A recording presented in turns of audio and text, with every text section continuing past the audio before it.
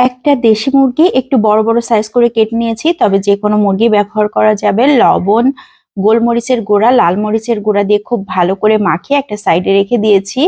পর্যাপ্ত পরিমাণে তেল দিয়ে উল্টে পাল্টে ভেজে নিয়েছি। এখন উঠিয়ে নিয়েছি। অবশিষ্ট তেলে আবারও তেল দিয়ে পেঁয়াজ কুচি দিয়ে খুব ভালো করে ভেজে নিচ্ছি।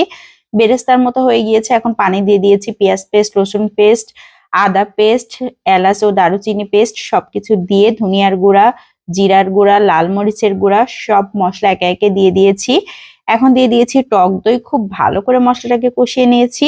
এখন ভেজে রাখা মাংসগুলোকে দিয়ে দিয়েছি, পানি দিয়ে দিয়েছি। এখানে আমি রোস্টের মশলা ব্যবহার করেছিলাম। খুব ভালো করে নেড়ে চেড়ে এখন দিয়ে দিচ্ছি লিকুইড দুধ। এখন কয়েকটা কাঁচামরিচ দিয়ে দিয়েছি। আবারও খুব ভালো করে নেড়ে চেড়ে ঢাকনা দিয়ে ঢেকে রান্না করে নিলাম কয়েক মিনিট। এখন দিয়ে দিয়েছি আলু বোখরা আর ঘি। রান্না একদম কমপ্লিট হয়ে গিয়েছে। ঝোলটা যে যেমন পছন্দ সেভাবে রাখতে পারেন। উপর থেকে পেঁয়াজ